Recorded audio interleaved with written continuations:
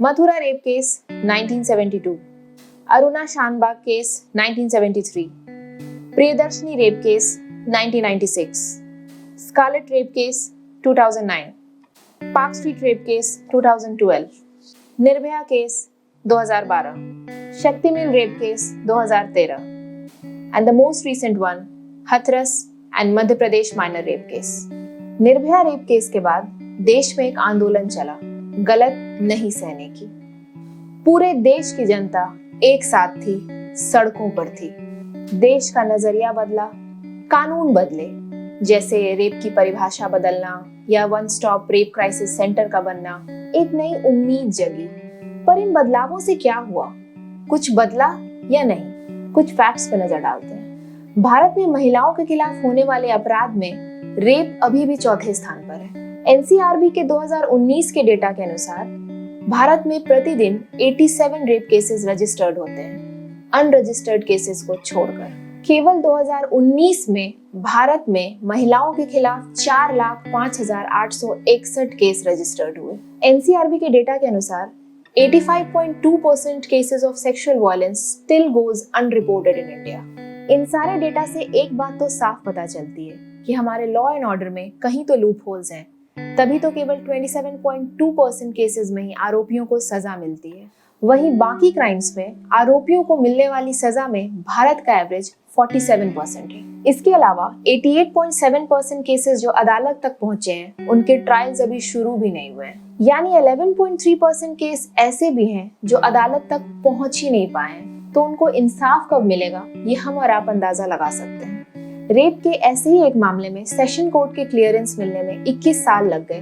तो क्या ये कहना कि justice delayed is justice denied सही नहीं होगा? लेकिन सिर्फ लॉ एंड ऑर्डर में बदलाव लाना काफी नहीं है, क्योंकि प्रॉब्लम हमारी सोसाइटी में है, हमारी सोच में है, हमारी पैट्रियार्कल माइंडसेट में है, और इसे अब बदलना जरूरी हो गया है। कुछ फैक्ट्स पर नजर डालते हैं। गवर्नमेंट ऑफ इंडिया और यूनाइटेड नेशंस विमेन के 2010 के स्टडी के अनुसार 54% विमेन और 69% मेन जिन्होंने एक विमेन को हैरेस होते हुए देखा है, वो ये प्रेफर करते हैं कि वो इन चीजों में ना पड़े। 2012 की यूनिसेफ की रिपोर्ट के अनुसार 57% Indian boys and 53% of girls जो कि 15 से 19 इयर्स के बीच में थे, उन्हें वाइफ बीटिंग जस्टिफाइड लगता है। 48% रेप विक्टिम्स ने साड़ी या बुर्का पहना था, 42% ने सलवार कुर्ता और रिमेनिंग 10% ने स्कर्ट्स, क्योंकि वो 3 से 7 साल के बीच में थी। Reported rape victims range from 2 months to 93 years. One thing that we can directly conclude from these facts is that the crimes against women has always been about patriarchal mindset and power. और हमारी society इस patriarchal mindset को promote करने में एक बहुत अहम भूमिका निभाती है। As a responsible citizen, let's know why the onus lies on our society too. हम एक ऐसी सोसाइटी में हैं जहां महिलाओं के खिलाफ होने वाले अपराध में हम बात हमेशा विक्टिम्स की करते हैं, ना कि आरोपियों के बारे में। मर्डर के केस में हम ये कहते हैं कि ये मर्डरर है, इसने हत्या की है। वहीं दूसरी ओर रेप के केस में हमारी भाषा बदल जाती है और हम ये कहते हैं कि इसके साथ रेप हुआ है, ये रेप विक्टिम है, जबकि यहाँ गुनहगार कोई और है। ये हमारी पितृसत्तात्मक सोच ही तो है, जिसे हम पैट्रियार्कल माइंडसेट भी कहते हैं। हम एक ऐसी सोसाइटी में हैं जहां बात तो हम विमेन एम्पावरमेंट की करते हैं, पर यहाँ औरत ही औरत की दुश्मन है। इस पैट्रियार्कल सोसाइटी में एक औरत नियमों को इस कदर अपना बना लेती है कि उसे पता भी नहीं चलता कि वो उसी इनजस्टिस को किसी दूसरे पे दोहरा रही है। यहाँ समझने वाली बात यह है कि वो एक ऐसा चेन बना रही है जहाँ जो कुछ भी उसने झेला है, उन सबको सुधारने की जगह वो दोबारा दोहरा रही है। हम एक ऐसी सोसाइटी में हैं जहां शुरुआत से ही लड़कों को एक बेटर अपॉर्चुनिटी मिलती है, फिर चाहे वो खाना हो, कपड़ा हो या पढ़ाई हो। यानी सोसाइटी शुरुआत से ही अनफेयर है और इसी पैट्रियार्कल सोच की वजह से लड़कों को ये लगता है कि वो खास है। हम एक ऐसी सोसाइटी में हैं जहां बचपन से ही एक भाई और एक बहन में से भाई को ये आजादी होती है कि वो अपने कपड़े बिखेर सकता है और उसे समेटने का काम उसकी माँ या उसकी बहन का है। या उसे बैठे बैठे खाना और पानी मिलता है और दूसरी तरफ बहन से एक्टिव रहने को कहा जाता है। डायरेक्टली या इनडायरेक्टली उस बच्चे के दिमाग में ये बात डाली जा रही है कि उसके पास एक अपर हैंड है क्योंकि वो एक लड़का है। This again adds to the two piece responsible for rape, patriarchy and power.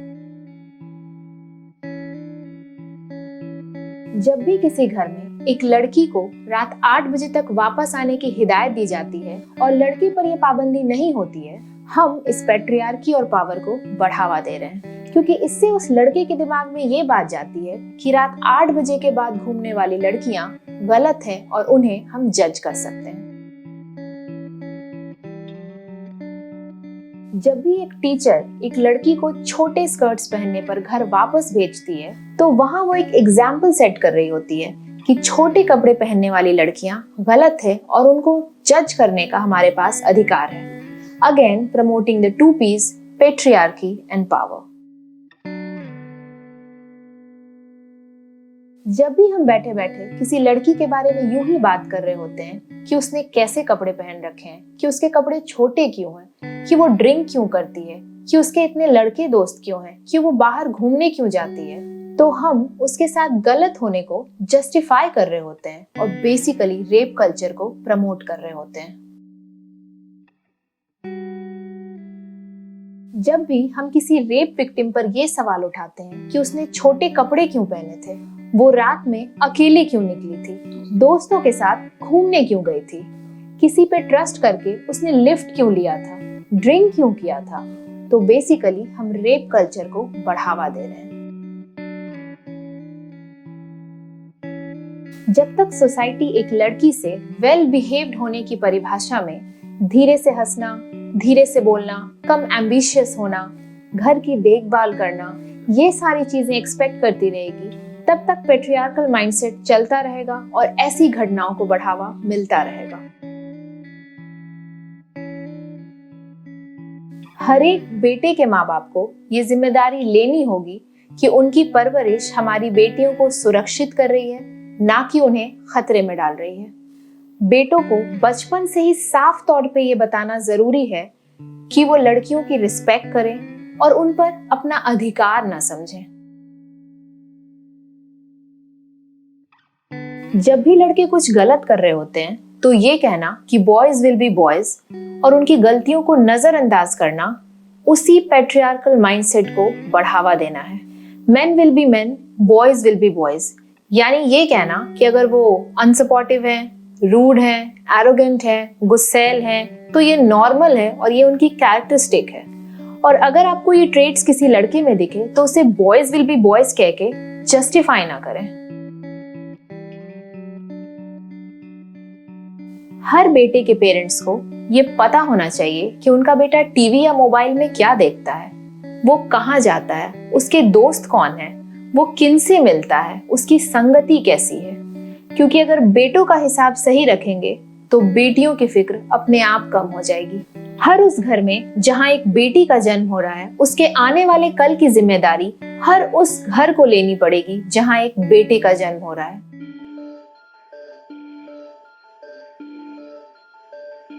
कब तक हम हाथ पे हाथ रखकर कैंडल मार्च निकालकर, हैशटैग यूज कर, न्यूज चैनल पे डिबेट सुनकर यूं ही फिर किसी खबर का इंतजार करेंगे?